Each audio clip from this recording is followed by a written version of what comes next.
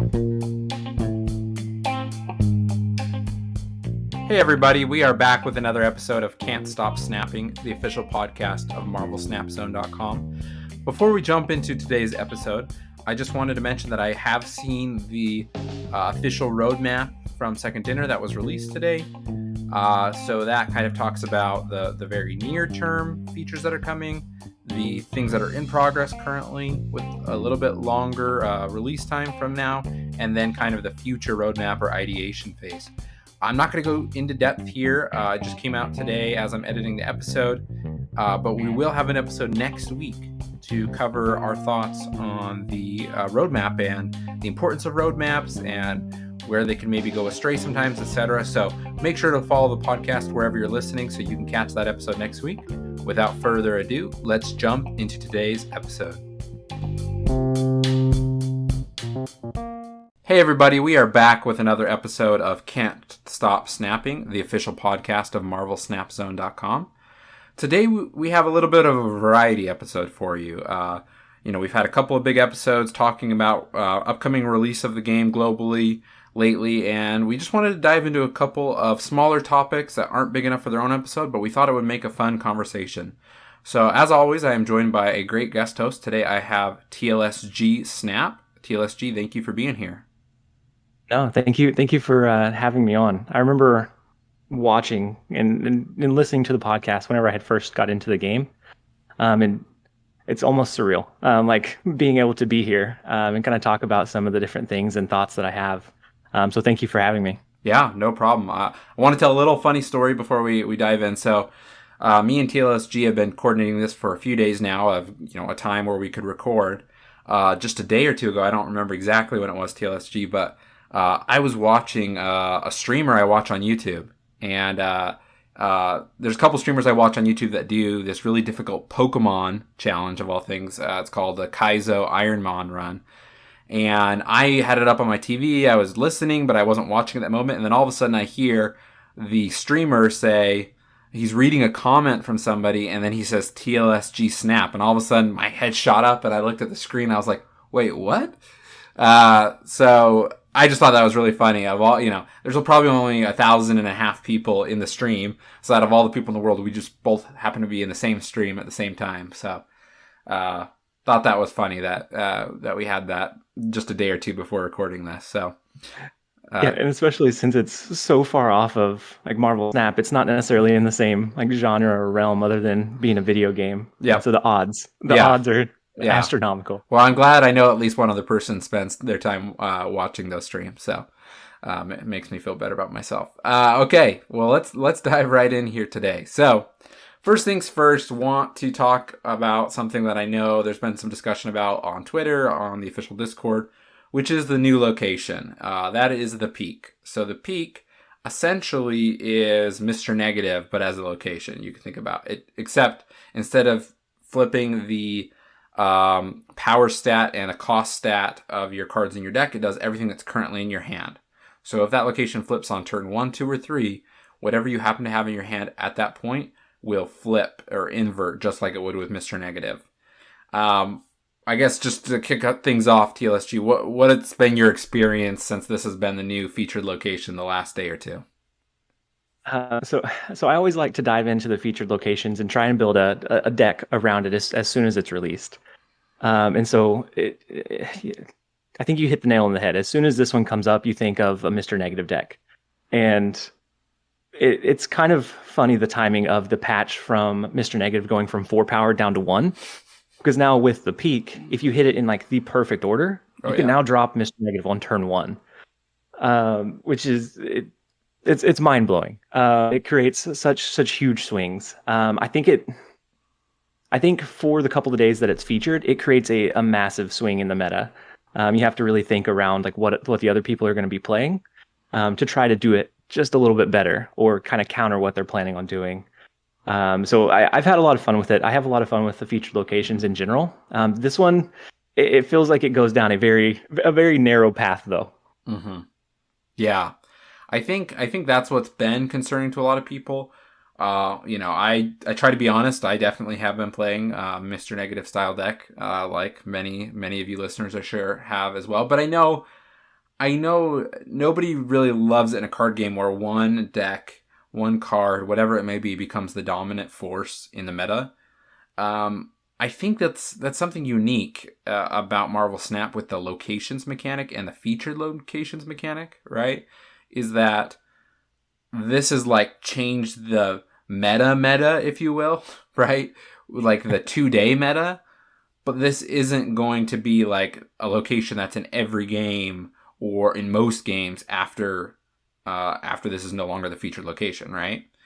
Um, so I don't know. What are your thoughts on that? Like the pros and cons, I think are interesting because people that play card games, can get very passionate. And I know that it can be upsetting to players when you want to log in and play for half an hour, play for an hour on a day, and you're just facing the same thing over and over again, and it's not interesting, or it feels like every match is a mirror match, etc. So do you think that this one just kind of shows us the negative side of the featured locations mechanic, or do you think, it's okay, it's not for very long? What are your thoughts on that? So, and I can see it from both ends. I'm a fan of the featured locations. Because I like to kind of get really scrappy with building a deck. And so like I get really excited when a new card releases, when a new location comes up, because then I can really, you're working on this entirely new kind of, like you said, meta, that is now all of a sudden there. So I enjoy it, but from a like competitive or a hyper competitive standpoint, I could see it really kind of adding that pain point or that frustration point. I think for me and for kind of how I play right now, kind of like the Gamma Lab or the Triskelion, when that came up, both of those were pretty hugely impactful. You needed to run like lower cost cards to either clear your hand from the Triskelion or get additional Hulks from the Gamma Lab. But after that's gone, it comes up every once in a while, but it's not as polarizing. Yep. I think this one will be really unique because it is always going to potentially brick a hand. So if I'm running a death deck, or if I have a Magneto in hand, and it just happens to be one of those three locations that comes up, that card's no longer usable. And so I think it adds a really weird level of like extra RNG and needing to retreat, and you can't really play around it as much. And I think that's where a lot of, from what I've seen, the community feedback points to is like they're okay with difficult locations, but if you can't play around it, it's not as fun. So something like, I'm drawing a blank. Something like Subterranea versus the Lechugia. Mm-hmm. The Subterranea just forces those rocks and that impact on you, and you can't really play around it. The Lechugia, you can decide if you want to take that negative drawback by playing your cards there, or if you want to just avoid that until later in the game, knowing that your opponent might, lock it down, change it, and gain the advantage that way. And so it gives you those choices. Yep. So I think that from a location standpoint, I think it's going to be a really important thing in like that overall acceptance of that location, even when it's featured or after it goes away. Being able to have that kind of strategic level of play around it rather than it just being kind of forced. Yeah, no, I think that's interesting. I mean, obviously, each location is so unique. They all have a very different flavor. And you could almost, I mean, I haven't done this, and as I'm saying this, I'm like, man, this is a good idea for another episode of the podcast. Like, take locations and kind of divide them into lists. And I don't know exactly how you'd word the titles of the list, but essentially it would be in one column you have locations that, like, are kind of strategy locations of, like, how do I play or around this or use this to my advantage? And then locations that are kind of RNG, like, either they work or they don't work for you, right? It just depends on what you have, what kind of deck you're playing, right? Because like you're saying, like with this specific location, the peak, like if I'm playing my Hella discard deck where I have several 6-cost cards that I'm trying to discard, at any given point in any random game, I could have several 6-cost cards in my hand with more than 6 power. And so like if those get flipped, like it's not great for me, right? Right. Even if you get to resummon them with your Hella, because that'll stay at 6/6. Like if that's 6 power infinite, nobody wants that. Yep. So it's like it's polarizing. Yep. Now, as I'm saying that again, we like to see both sides, right? So like the argument could be made, well, that forces you to try something new, because if you're like me, I've been playing my Hella deck pretty highly the last several weeks. It's one of my favorite decks to play. This featured location, the peak, made me stop playing it. Made me play a different deck, right? And I think that's a good thing. It made me sit down and see what I have. I don't have some of the quote unquote, key cards for the best Mr. Negative deck. I don't have Mystique yet. I don't have Rogue yet. And that's kind of what the Sarah Miracle, Sarah Negative deck style has. And so that's kind of forced me to go back to what we all like to do, which is, well, I shouldn't say we all like to do, but like a great thing about Marvel Snap, which is the accessibility for deck building, right? You only have to pick 12 cards. You don't have to pick 40. And so it kind of put me in a spot where I built a new deck, and it's been fun, right? And I'll potentially continue to play it after this location's not featured. So I guess as we've kind of been going, we've been saying some pros and cons. I feel like it's not negative enough, even if that's funny. I said negative enough. We're talking about Mr. Negative, but I don't think it's a big enough problem, like this location specifically, to like make me worried about the direction they've gone with feature locations. I do think more often than not, it's going to push towards a healthy like shuffle in. Hey, you need to adjust your decks. You need to adjust your strategy. You need to try something new, which I think helps the longevity of the game, right? Because if there's only one deck that's ever good, or people only ever play one deck, eventually you're going to get bored, right? I think Marvel Snap is pushing people with these different mechanisms like featured locations to try new things, to test out new things, to make adjustments, to pivot, which I think is healthy for the meta. Yeah, and I think to kind of feed or build on that, with like the card acquisition where it's at, a lot of the question was like, other major card games, they release huge amounts of cards all at once, and that's how they change the meta. This may be the direction that Snap goes to alter the meta in. Like, you have to be creative, kind of on your toes whenever these come up, to still be able to compete and push for whatever rank you're going for, whatever like that long term kind of end goal or reward system is. And so I think you're right. It could help breed that creativity and keep that in the game, even without large mass amounts of cards. Yep. Yeah, I think that's something really unique. I think we've talked a lot about it here on the podcast in past episodes, but there's just this mental shift from older card games, existing card games, to this card game, right? They're doing so many things. When you really look at it on a macro level, so many things are different, right? The release of cards, right? Exactly what you just said. The locations mechanic, the snapping mechanic, the deck building mechanic.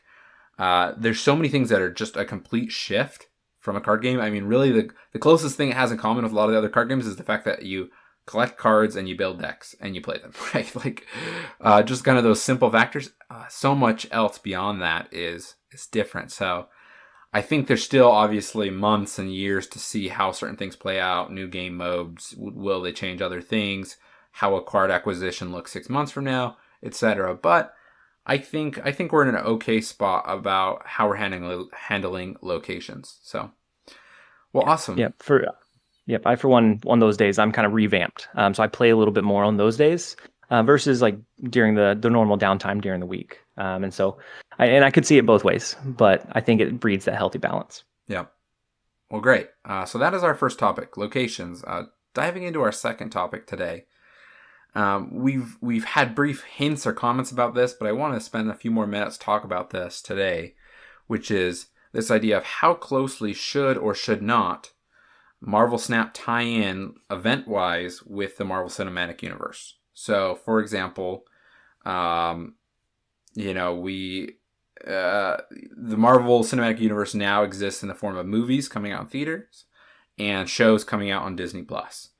Over the last year or so, they've really gotten to a cadence where it seems like almost every month there's either a new Marvel show or there's a movie coming out in theaters, right? So every month of the year, there is something going on in the MCU. Now, whether you like the MCU or not, I know not everybody's a fan. It obviously is a cash cow. I mean, it makes a ton of money for Disney, brings a lot of people into Marvel in general, right? It's kind of an entry to Marvel games, Marvel comics, Marvel Universe, etc. for a lot of people who maybe normally wouldn't be Marvel fans, if the MCU didn't exist. And so I just want to discuss with you, TLSG, this idea of, should Marvel Snap have tie-in events with the MCU? How often is there such thing as too much? Meaning, like, would it be bad if they had an event which could be either a season pass or just kind of some weekly event with every MCU program that comes out, whether that's a show or a movie? And is that beneficial? Is that harmful? What are your thoughts? I'd love to just hear your general thoughts, and we can dive into a couple topics deeper. I think as far as like a tie-in source, I think it's a great way for them to kind of not just push monetization in like Snap, but for Marvel as a whole. Like I, for one, I watched and consumed the Marvel Cinematic Universe movies, all the way up until the most recent ones. I haven't seen Thor, but other than that, I've caught just about all of them. And ever since playing Marvel Snap and like having my hands-on interaction with those different cards and different characters, whenever I see one in a movie now, I get it's a weird level of excitement. So even when I go back and watch the old movies, I'm like, oh, I've played that card. I know what like their ability was, because I didn't have a huge following of the comics, and so then that has led me into getting their comic book subscription service, and so now I'm dabbling in reading some of those and catching up on those comics as well. So I think being able to tie them in, at least in some way, I don't know how tightly you want to do it or how often, but at least in a loose manner, I think it's a great way to take a somewhat fan or just a somewhat consumer and turn them into more of a fan, so to speak. Yeah. I mean, I think that's Marvel's overarching goal, right? They obviously have one of the most valuable and visible IPs in the world. And so you don't want to just be like, well, I want... I don't work for Marvel. They're not paying me, right? But my assumption, based on my knowledge of business, is that when they have somebody that's buying comics, their ideal would be that that person is also paying to see the movies, paying for a Disney Plus subscription to watch the shows, playing Marvel games and purchasing Marvel games, etc., right? And you could have any of those things I just mentioned be the entry point. You want to connect them to as many parts and mediums as possible, right? Because that kind of creates stickiness and people that are going to stay concerned about, involved with, and excited about the Marvel brand long term. So I think that I have a couple of thoughts. One, I'll say here, I don't think I would like it if every month our season pass was always just about a MCU project specifically. And let me explain that a little bit more. We had the Thor season, and that was during the month, I think July, where Thor Love and Thunder came out. And I was fine with that. Thor was an interesting card. Obviously, that month is a little bit of a, dark days with, that's when we had Nexus events and all of that happened. But, I thought it was cool. Okay, there's a tie-in with the movie. It's obviously getting people thinking about Thor, probably brought some people into the movie or some people into the game, and vice versa. That being said, I thought it was really cool to have Wave as a season, right? I wasn't familiar with Wave as a character, and now I am, right? And I don't know if or when there will ever be a Wave movie or TV show in the MCU, right? There maybe never will be. There might be some at some point. Who knows?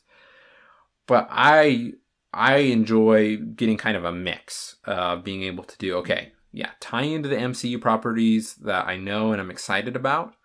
Like I'm 99% sure November, when the new Black Panther movie comes out, there's no way in my mind that the season pass isn't Black Panther and it isn't Black Panther as a card, right? I feel super confident about that. And I'm excited about that. I think that'll be great. It'll probably get me excited about the movie and it'll get me excited about the game. But I don't want that every month. I want to, I want to have seasons that are about characters that I'm less familiar with, right? And kind of expose me to characters and to variants of cards that maybe I wasn't as interested in before, that aren't in the MCU. Because there's so many characters in the Marvel Universe, not all of them are or will be in the MCU. So I think they would be missing out on on some value if they only did MCU projects as events in the game. Yeah, no, I completely agree. Because like you, I wasn't familiar with Wave. And then you get the card, and as you're using it, you're like, it kind of piques that curiosity, and then you learn a little bit about it. You become more familiar with like that card, that character.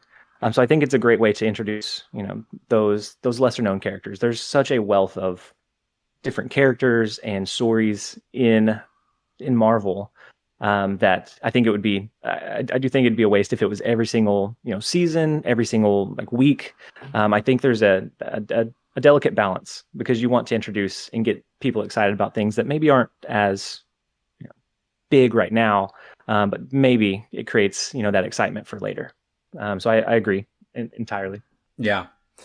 So I think, with that being said, so that's my opinion. I'd be curious, listeners, to hear your thoughts, as always, on Twitter or on the Discord. But I don't think that every season pass should be an MCU specific tie-in.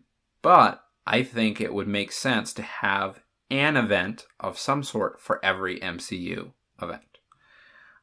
So that could be, I don't know exactly what it looked like, because obviously, there could be more events and types of things that we don't have today, new game modes, etc. But I think you could do something with, okay, this new MCU show is starting, right?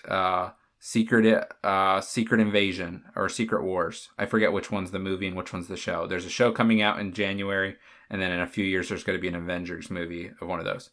But it's going to star Nick Fury, Samuel Jackson. Obviously, we had Nick Fury this month, so that's maybe a bad example. But basically what I'm saying is, like, maybe that season pass for that month that show comes out is based on a different character. But that week that show starts, why not have like a featured location that's from that show, and maybe a variant about that show, right? That's like a separate kind of mini event. I think that would be smart and would be leveraging to the best kind of this crossover and kind of bringing people from the two mediums together, without being too overbearing. Again, there might be people out there that disagree with me, and that's totally fine, and there may be a better way to do it. But I think that MCU is so big that it makes sense to have something that touches every MCU event, even if that's small, if that's a daily event, a weekly event that's just kind of smaller than a season pass. TLSG, I'd be interested to hear your thoughts. Do you agree, disagree, have different thoughts there? So it's a mixture. I was internally debating with myself, going back and forth. I do like the idea of them being able to touch more different events, different like show or movie launches, without it being like a big month-long event. But as far as like the featured locations, I'd be curious to see how they implement that, because you want it to have like that strong tie into the show somehow. Mm-hmm. And like for me, the first time I saw the Bifrost, I had watched Thor, but it didn't make that connection, and there wasn't anything that necessarily pushed that connection. And of course, that was the season pass, so that isn't a great example. But but for like, if it was just a show outside of the season pass, someone that may not have a connection with it already, Mm-hmm. it may miss the mark unless they have a way to really tie it in with like that full-on event where they, really, I don't know, like promote it up. So I think they could do it, but I think it would definitely be something that they'd have to find a delicate balance to be able to implement it well. Yeah, as you're saying that, I mean, I could definitely see some bleed over that would be confusing. Let's say you had a season pass where you have like a featured location each week that's like related to the season pass, right? Which is kind of what they've been doing today. And then all of a sudden you have like in the middle of a month, you have like a small event that's completely different. Like I could see that being confusing and kind of maybe off-putting as you're talking and as I'm kind of thinking more through my idea. So maybe if they were to do something where it's like more small involvement and connections to the MCU, maybe it would have to be a whole different game mode. And I don't know exactly what that could be. We've talked about a lot of different game mode ideas here. Some kind of little story mode that you play through, or it could be some kind of draft mode where you're trying to beat some kind of AI that's like has a dex built in a specific way that links into some event, right? They could do some kind of game mode that's separate, but now I'm debating back and forth on my strong idea and strong will of thinking that was a good idea. So you've kind of made me see it in a different light. So Yeah, I guess what it boils down to is I think they should leverage the MCU. One, because I enjoy the MCU, so maybe that's a little selfish, but two, because I think it's a great way that they could potentially bring people from the game, obviously, into watching the MCU and consuming that, but also vice versa. Hopefully, the hope would be there would be some kind of cross marketing where people that are aware of the MCU see advertisements for, a featured event related to the show or the movie they're watching in the game.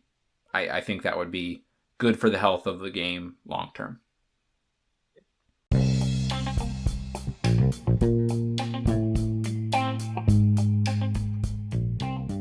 Hey all, I wanted to take a quick moment to talk to you about MarvelSnapZone.com. Marvel Snap Zone is a one-stop shop for everything Marvel Snap on the internet. They have new articles nearly every day that cover deck building, strategy, card breakdowns, etc. They have a great collection tracker tool and a deck list builder that works off of that collection tracker so that you can know what decks you can build with your current card collection. They have guides and deck lists for all level of players and all collection level of players. Make sure to go to MarvelSnapZone.com and check it out now.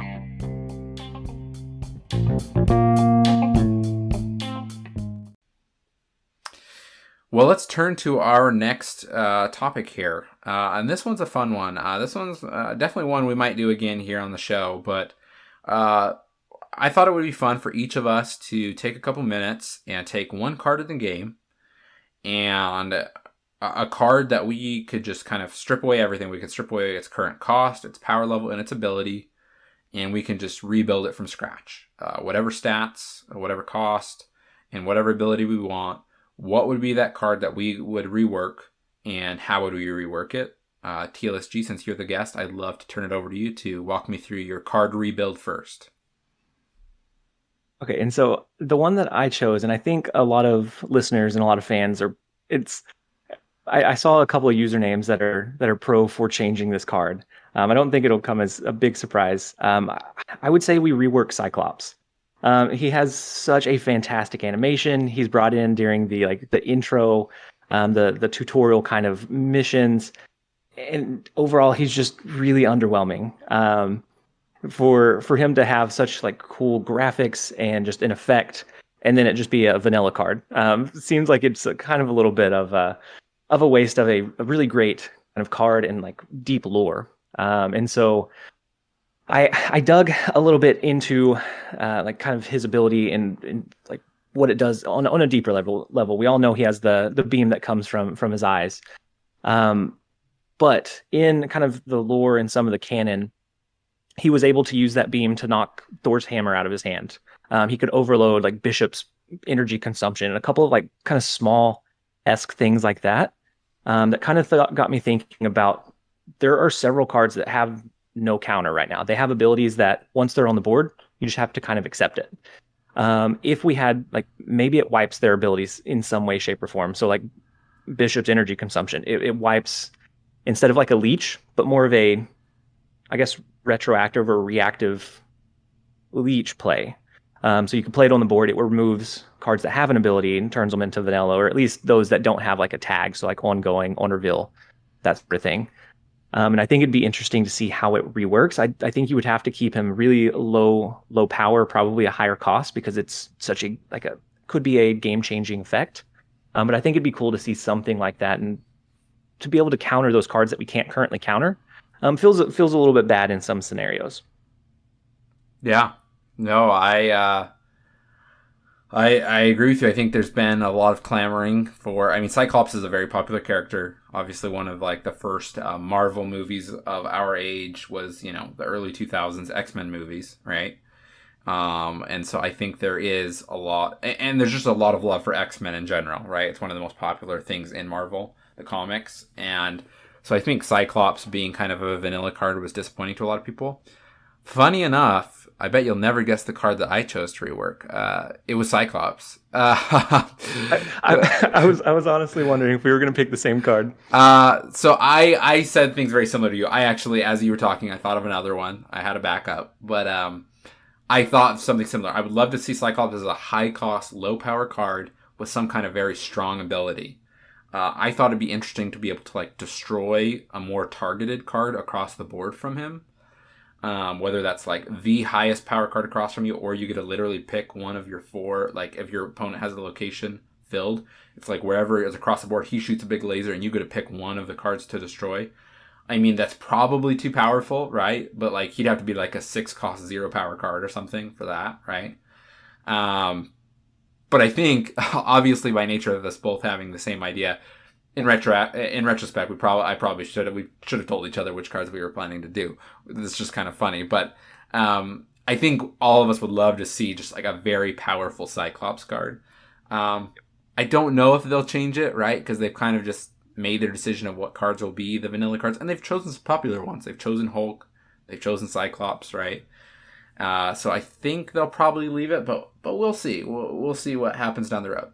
Another one, just for sake of variety, that I'd be interested. Uatu the Watcher.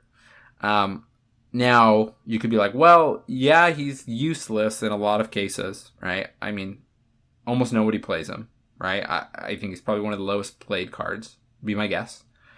But he does have a very unique flavor, right? This idea of kind of being able to see different locations, different universes, whatever, you can like kind of connect it to the Marvel lore. But maybe a way to have him slightly more useful is to have like a more Daredevil-like ability, where obviously Daredevil allows you on turn 5 to see kind of where your opponent is playing cards across the board, but not what those cards are. Maybe Uatu is still like a 1-cost card, but like on turn 3 or something, you can see what cards your opponent's playing, but you can see literally what the cards are. I guess I don't know. I mean, the question would be like, how helpful is that? Because turn 3, obviously, your opponent's going to be able to play less powerful cards or fewer cards. But it does kind of give him a slightly different ability than Daredevil. But also maybe a more useful ability than his ability of foreseeing locations, right? Especially, if you don't draw a Uatu on the first 2 turns, like, he literally is useless, right? You'd rather have any other 1-cost 2-power card. You'd rather have Iceman. You'd rather have Korg, etc., right? Yondu. So I think that maybe be a better way to rework him, potentially, is having some kind of visibility to the cards your opponent's playing, or maybe you can even see like 1 or 2 of the cards in your opponent's hand, right? So still kind of getting that visibility, but something that's a little more useful for your strategy and a little more consistent than hoping you get him at the very beginning of the game and hoping you get to see the next 2 locations 1 or 2 turns early, right? I don't know. What are your thoughts on that? Do you think that's too crazy? So it's similar to your other idea. I went back and forth. Like at first I was like, nah, I'm not bought in. Towards the end, I'm like, okay, I could see it. So I may be in the minority, but during certain featured locations, I really like running Uatu. So for the raft, for example, knowing that was in the 3rd slot ahead of time allowed me to position my card so I could be the one that filled it up to get that free 6-cost card. But I think that's very like rare, very niche that he does get that usage. I don't feel like the turn 3 like visibility would necessarily give us a lot. At least right now, a lot of times turn 3 is a skip, whereas turn 5 is a really high impact, can be game changing. I did like what you said about potentially being able to see like maybe 1 or 2 cards from their hand, because this game is a lot about information and using the information that you have at hand to best position your cards so that you can more efficiently push power than your opponent. Mm-hmm. And I think it would end up being a stronger Yondu, because there's a lot of debate back and forth about Yondu's ability in that the user gets that information, but the opponent gets it as well, because then they know if my Nightcrawler's gone, that's 1 less card I have to draw. I know all of these other cards that are in my deck. Yep. So it increases the odd that I draw into like those key combo pieces. Whereas Uatu would just allow you to have that insight into, maybe what they're playing early, so that if you see an Enchantress, maybe you don't stack all of your ongoing abilities on the board. And so whenever you said that, it kind of like perked up my ears, and I really like that kind of side of the idea. I think he'd be really unique and could give you some kind of game-changing information that would still make him feel true to his kind of lore. Yeah, no, and I think, and I don't think we have any card today, correct me if I'm wrong, I don't think there's any card that really reveals anything in your opponent's hand without destroying it or discarding it, right? Because, I mean, you could say Moon Knight, it discards a card from your opponent's hand, gives you a little bit of information about maybe what they're doing or what they don't have anymore, right?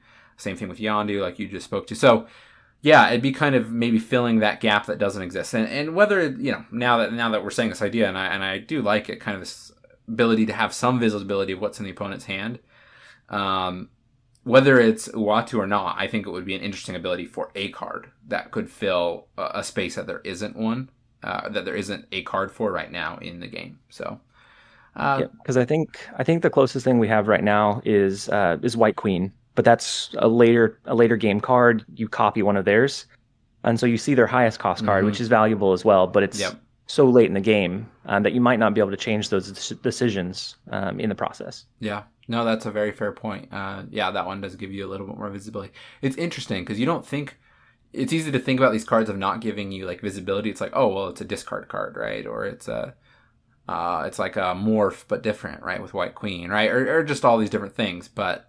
it's just interesting that there are several cards that kind of have the side ability of giving you information about your opponent. So.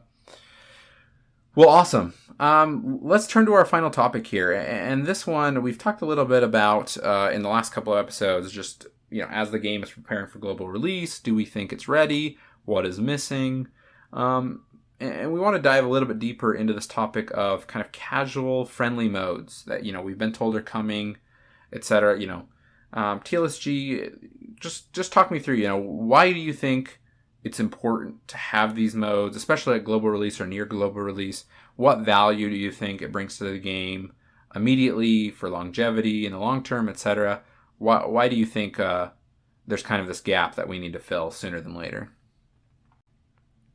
So I think there's multiple levels where the friendly mode or casual mode would come into play. So some people, I know that it's only drafting 12 cards, but some people are really protective over their cubes. And so if it's like a casual mode where you're not necessarily targeting your friends, then you can play and you can experiment without really those potential repercussions and those hard-earned like cubes that you have been, grinding for. From like a friendly mode aspect, I think it opens up an immense amount of possibilities, both from like a player standpoint. So I'm just getting into the game. My friend kind of brought me into it. I can match up against them. We can kind of have a conversation back and forth, and it kind of helps solidify and talk me through some of those different finer points before I get introduced into, the real players, into the real game, and potentially, get high rolled by somebody that knows what they're doing. And then it also, I think, from a higher competitive standpoint, it allows us to, and it may be I don't know how the general consensus feels about net decking that exists in, all card games, finding the most efficient way to play, the most efficient cards. It allows us to test out different brews and different combinations against certain matchups. So like me and a friend I could be testing a new deck and I say, hey, I want to see how this plays against Mr. Negative. And so then they run a Mr. Negative so that I can intentionally see, how it fares against that archetype. So I can kind of test all the different grounds and kind of make tweaks so that it fits, the overall mold the best.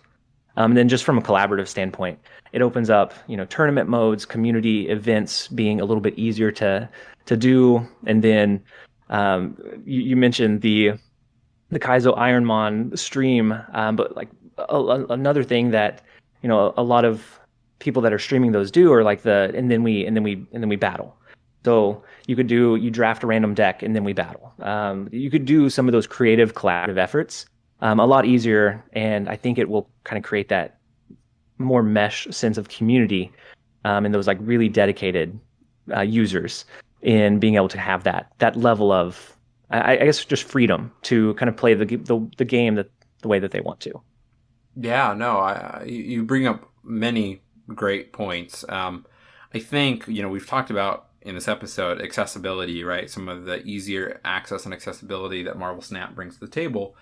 I think one thing that has been a little lacking, obviously, with not having a no stakes mode or friendly mode or being able to add friends and play against them, without cubes, etc., is that there's been some lacking in the ability to test out decks, right?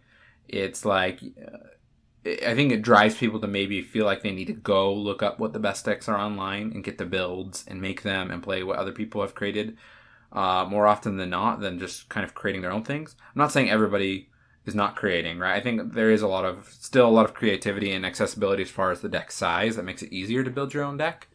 But I think it makes it a little harder because unless you're level 100 ranked, right, where there's kind of that floor where you can't drop below it once you're there, you're going to feel at risk of risking cubes, exactly like you said, right? And so it's potentially going to push everybody to try to just find the most try-hard, strongest, most optimal deck and not test things out.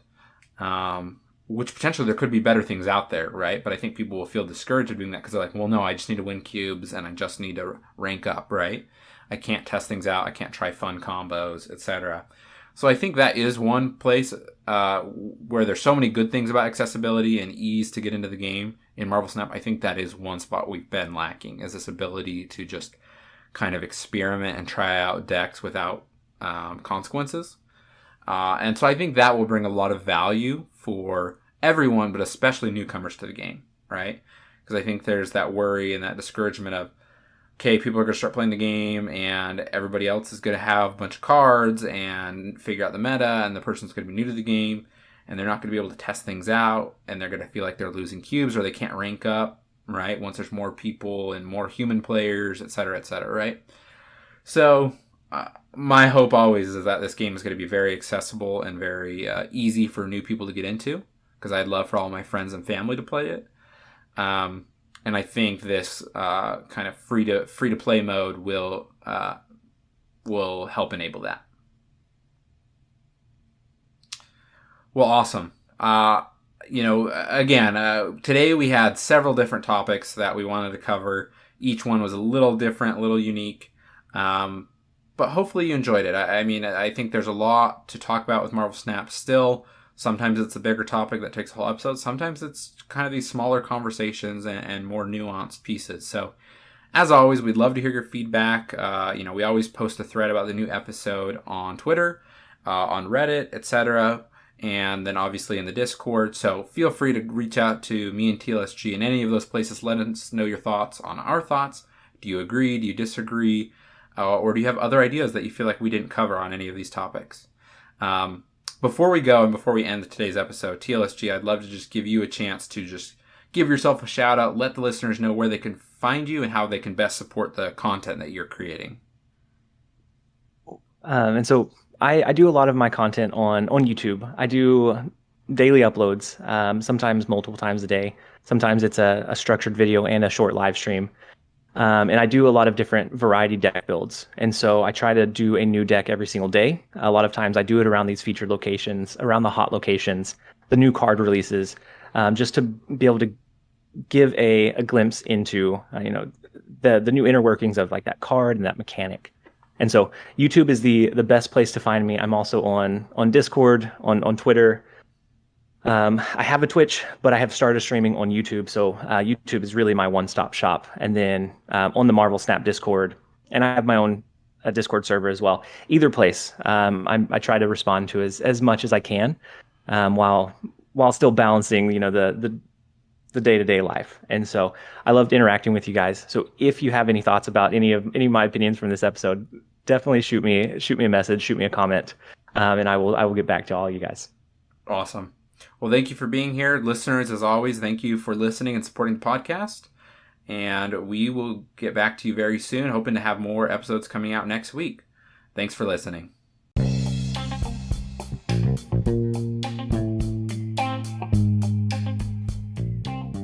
Can't Stop Snapping is a podcast written, recorded, produced, and hosted by Michael Thurman. Thanks for listening.